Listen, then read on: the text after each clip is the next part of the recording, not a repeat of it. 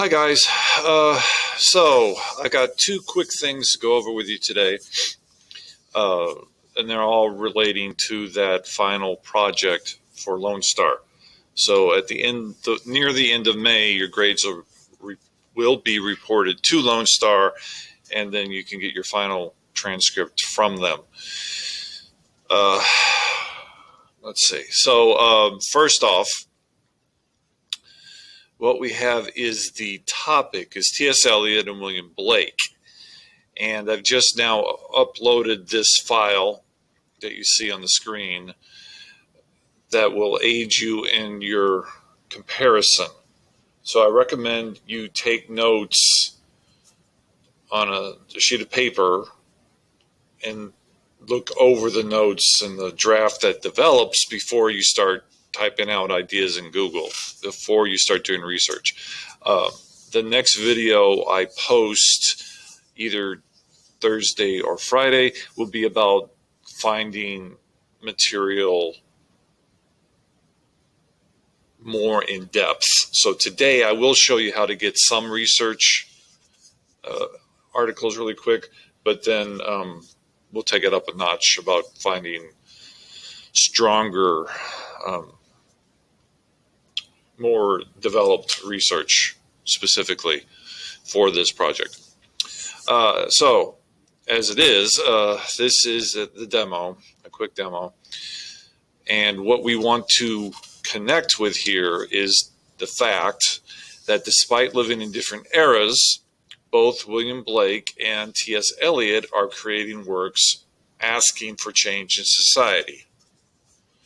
They're both using similar techniques. There might be some slight differences between the two, but you want to focus on the similarities.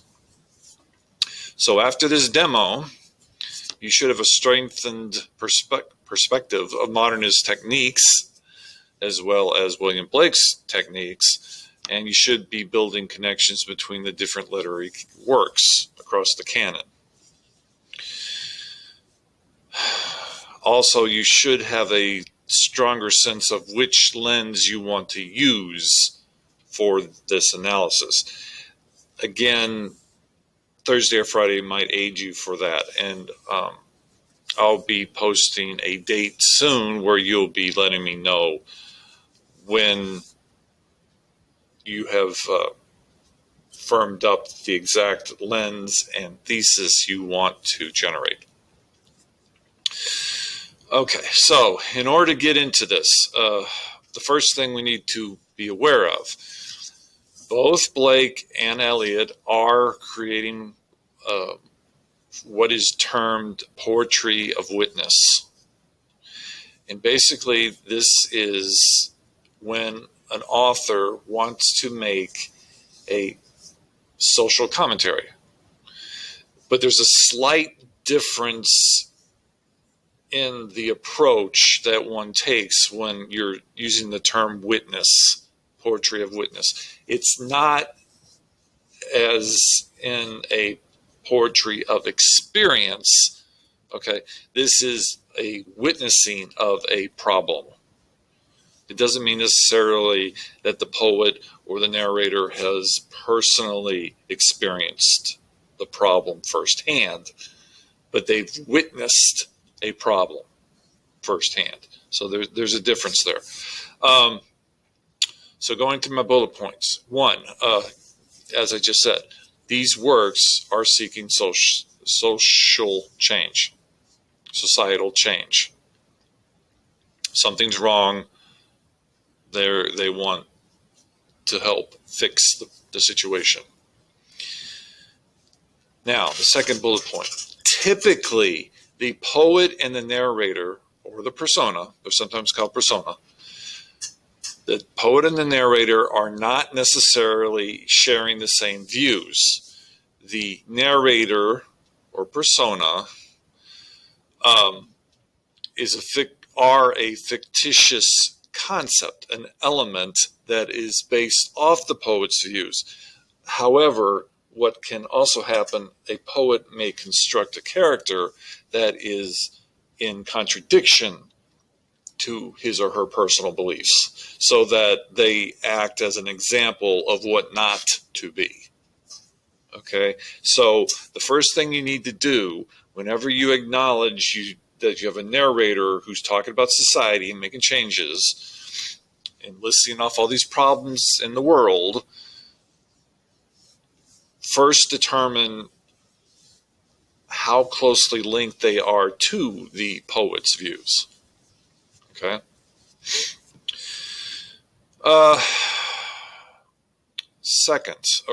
Third, the narrator. Up here I called the narrator a persona, but officially it's the poet speaker. Like with sonnets, you have a poet speaker, the I voice. The narrator is shown not as a participant in the action, but merely as a witness. 4. The poet speaker has witnessed a great calamity or chaotic event which he or she feels deserves the reader's attention. Okay, so these 2 bullet points I've said in different language a few moments ago. So the poet speaker is, well, let me do this a different way. The poet, through the poet speaker, okay, and through the fact the poet speaker has witnessed something in society, is asking the reader to pay attention to that situation. And as a result, the poet speaker is enabled to make a change. So therefore, the poet speaker is asking the reader to be an agent of reform. The reader is taking a stand and is alarmed at the situation and wants to make changes and alterations to just the general makeup of the community. Okay, so this is a general overview of what you get with these types of poems. They are asking for social reform. So they are like the songs that came out of the 60s in the early 70s with radical commentary about such as the anti-war movement during the Vietnam era. So Bob Dylan and Joan Baez are good examples of that era. Okay. Now, typically what's going to come out of this, you'll start seeing an examination of the types of characters that a narrator can promote. So, for example, there's something called a pariah. I may have mentioned that in the past weeks or last year, but a pariah is a scapegoat. That's somebody who the overall community has kicked out for whatever reason. Usually the pariah is a representation of what society thinks is failing or is a flaw in society that society itself has recognized as a problem.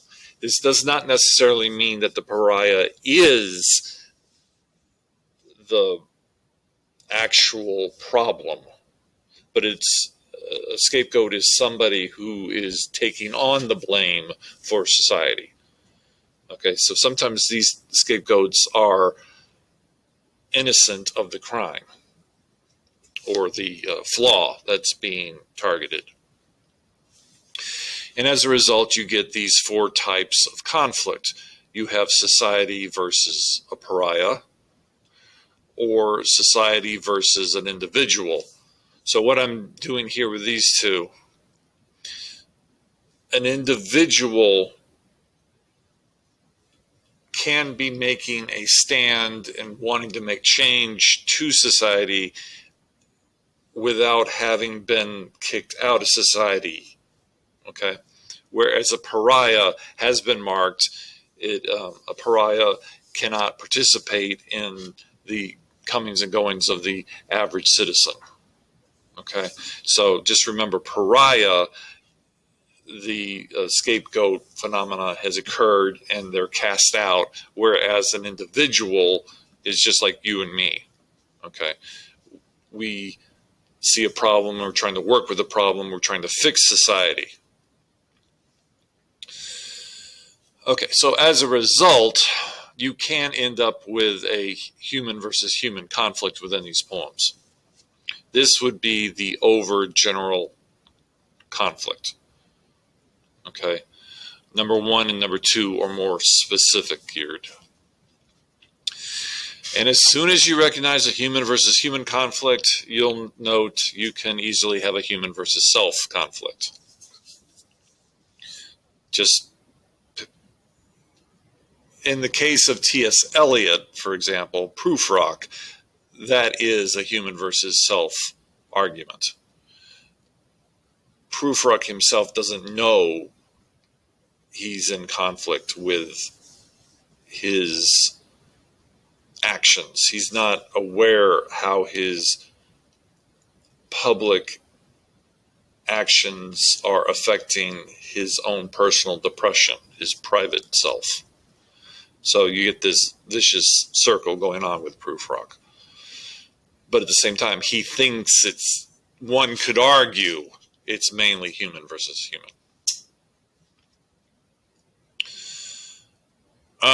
So what comes out of it, you're asking questions such as, is society to blame for an individual's action, or is the individual responsible for their actions within society?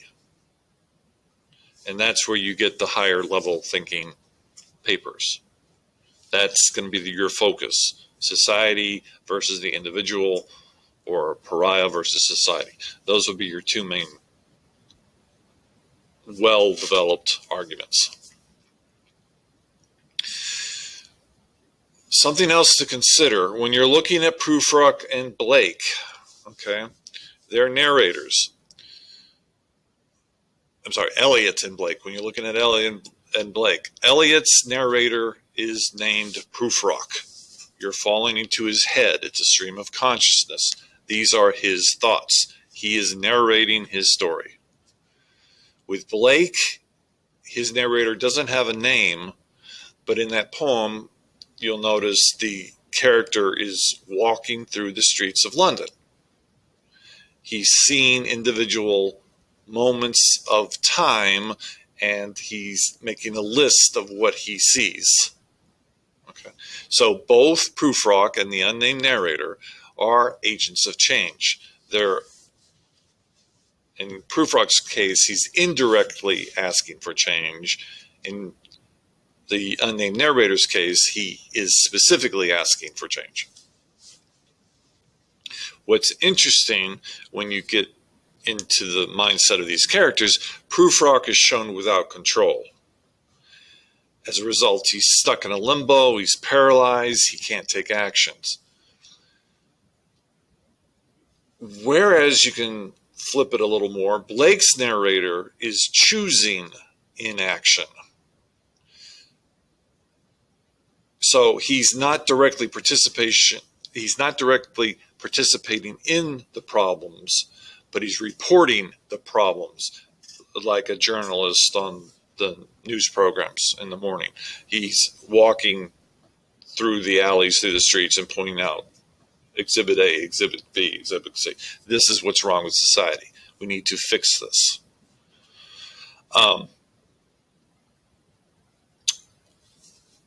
And both the narrator and Prufrock both have multiple issues to provide their readers. There are multiple ideas that they want to have fixed. They want to reform multiple concepts. And in these types of papers, this comparison contrast you're writing, you'll need to be listing at least 3 for each that they have in common. Okay. Now, if you need more information about this or you have any questions, just let me know. That's for the T.S. Eliot and William Blake comparison concepts. Now, The next step, let's talk about JSTOR. You have an annotated bibliography due.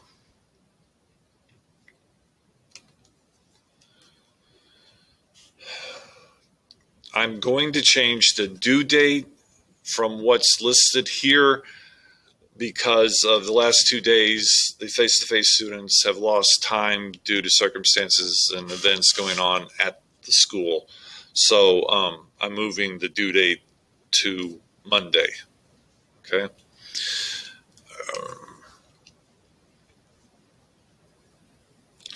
But I want you to be certain you understand what is required. Okay. Ideally, what I'm looking for, you're going to supply to me what's called an annotation. You're going to find 4 articles that you're going to, at least 4, that you're going to use, and you're going to defend why you want to use them. Okay? Each instructor who presents these type of assignments tweak the format slightly and have different expectations. So I'm using the logic that you're providing me with a table, and it's a works cited page, and in between each entry you'll be giving me a paragraph explaining your feelings.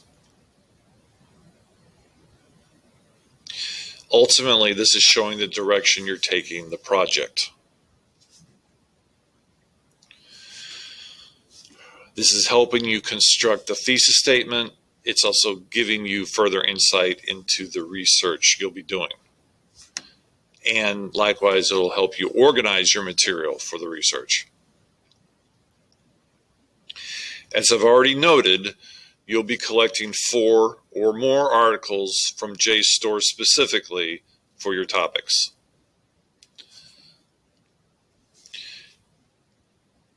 Now, you will also finalize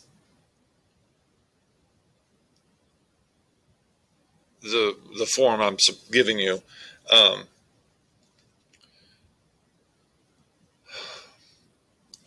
And presenting unique ideas. So you're formulating your lens choice through this exercise. Okay, this should be helping you choose a lens. It's helping you decide which of the critical theories out there you're more comfortable manipulating. Okay. Okay.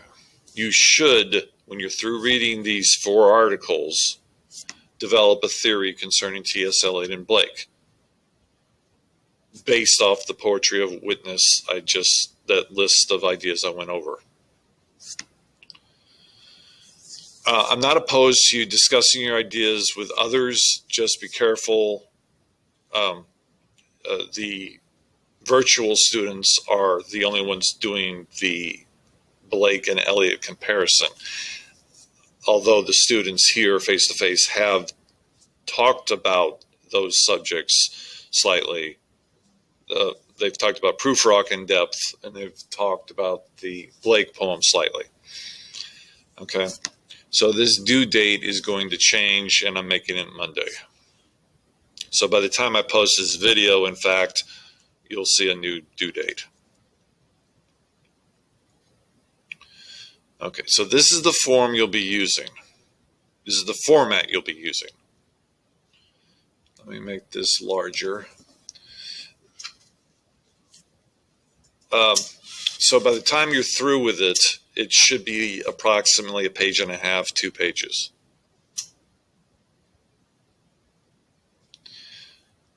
In the end, you'll be able to propose a possible thesis. So this cell here, you're saving for last. It should be approximately 2 or 3 sentences. So I'll walk you through the process in JSTOR in just a second. But the first thing you do, you get the citation of an article you want to use. You summarize the article for your own edification, and you decide if you want to use it or not. Once you've chosen the article, you'll write a summary. I've given you a sentence stem to start you out. So in this case, it was D.W. Robertson is the author. So down here, D.W. Robertson's article, "The Pearl as a Symbol," will work well as a resource due to, and then the student fills in the blank. This explanation of the article should be 5 sentences or more. This is where you're defending the use of the article. Now, you want to avoid personal language. So you can say a critic would use this work because of the evidence provided. A critic can find this material unique towards a better understanding of T.S. Eliot. That's your type of approach. So each little cell that results will be an entry and an explanation. In the end, you'll have 4 blocks. 5 if you count the thesis statement. These should be placed in alpha order by last name of author.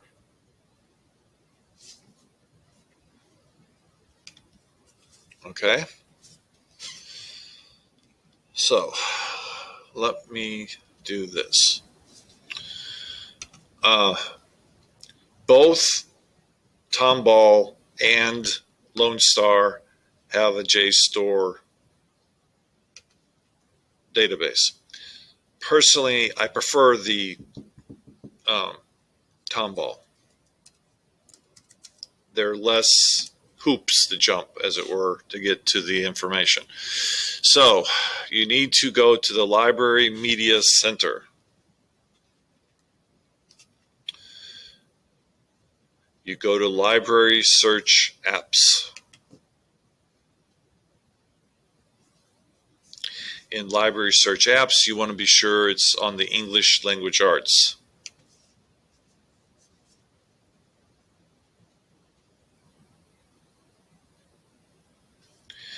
You see right here, there's JSTOR at the top.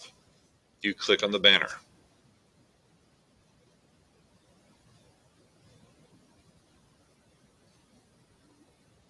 And there you are. Short, sweet, and simple. Now, when you're searching for these concepts,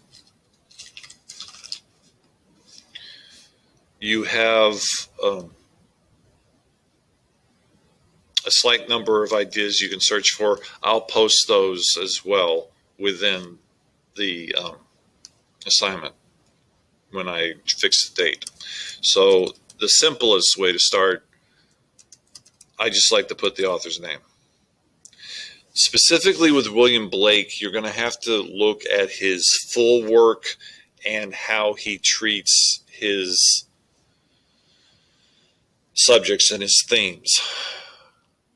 It's harder to look for a specific poem of William Blake's. But in this particular case, the poem was printed in a book that he wrote called Songs of Experience.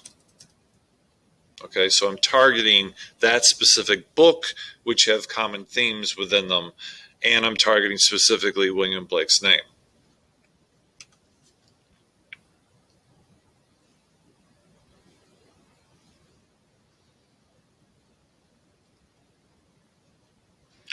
Okay, so once this opens, you see there's 16,000 entries. This first article would be a good one to start with. The Songs of Experience do deal with a revolutionary vision. He wanted to be an agent of revolution. He wanted social reform. He wanted to make a religious impact on society. He felt morality was failing. He thought humanity was ready for a new change, a new era of freedom. He was actually a supporter of the American Revolution. William Blake himself was British, but he supported the American cause. He agreed with the statements that was coming out of America, the Declaration of Independence and so forth. At first, he did admire the French Revolution, but eventually he withdrew his support, so to speak, after it became more chaotic and much more violent and bloody. Okay, so from this point, I do like this title. However, what I'm going to do, what you need to be sure to do to reduce the search elements, I'm going to select journals. And this good, that's still stayed. So you can hit download immediately without even having to read it. You see what I'm saying? But I do caution you, it's sometimes a good idea to open up the article before downloading. And in this case, you're just going to scan read it. Make sure it fits your ideas and where you're going, and make sure the language is understandable. Okay. So let's say I've scanned this paragraph and I say it's perfect. I'm happy with it. I'll download it. I'll save it on my computer. Now, as soon as you save it, you're only saving this PDF, mind you. You do need to make sure and track the citation. Okay? And what's going to happen, notice the MLA is on top. You want to copy that. You want to save this information in a Word document. So I recommend you spend an hour one day between now and Monday, let's rephrase that, between now and Saturday, just getting your 4 articles. Making sure you have the proper citations. Make sure you edit the citations and make them appear as a hanging indent. So do notice this is a hanging indent. The citation must look like a citation. Excuse me. Okay, so once you save the MLA citation, you can close that off and go back and find 3 more articles. Ideally, you want 2 for Blake and 2 for T.S. Eliot. Now, specifically for T.S. Eliot, you want to be sure and you want to be sure and mention the correct poem, because he has written many works. So in this case, I'll put his last name and I'll put Prufrock's in quotations.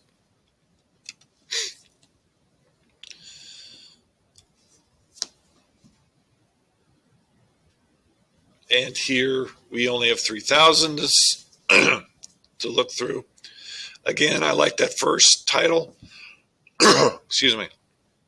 But I'm going to click on the journals. It'll reduce that by 1,000 or more or less. And it's still there at the top.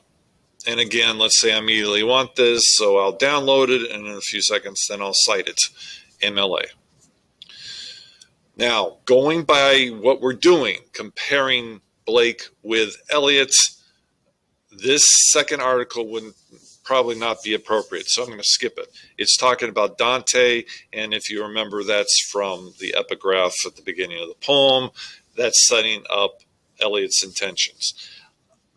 Just sight unseen, I don't think that would work with me. This up here, however, knowledge and experience ties in, just from the title, ties in with what the comparison contrast element of the work of your essay is about. This could possibly work. So this one I would scan, make sure I understand it. In JSTOR, you may, if you've used this in the past, you'll notice some of the articles are in a different language. So again, you might have to skip that. This looks promising. Prufrock Revisited. Okay. This looks like an excellent choice. Till Human Voices Wake Us and we Drown. Community in the Love song that you have for Prufrock. Because we are talking how both are asking for changes in society. So, as it goes, these are ideas for you to work with. Again, I'll take this up a higher notch as far as discussions of material. Probably on Friday. Okay? So that's all I have for today. I'm hitting you with a diverse bunch in this lecture. It went on 15 minutes longer than I thought it would. So I hope you're being safe out there and hope I'm not giving you a headache. Let me know how things are going.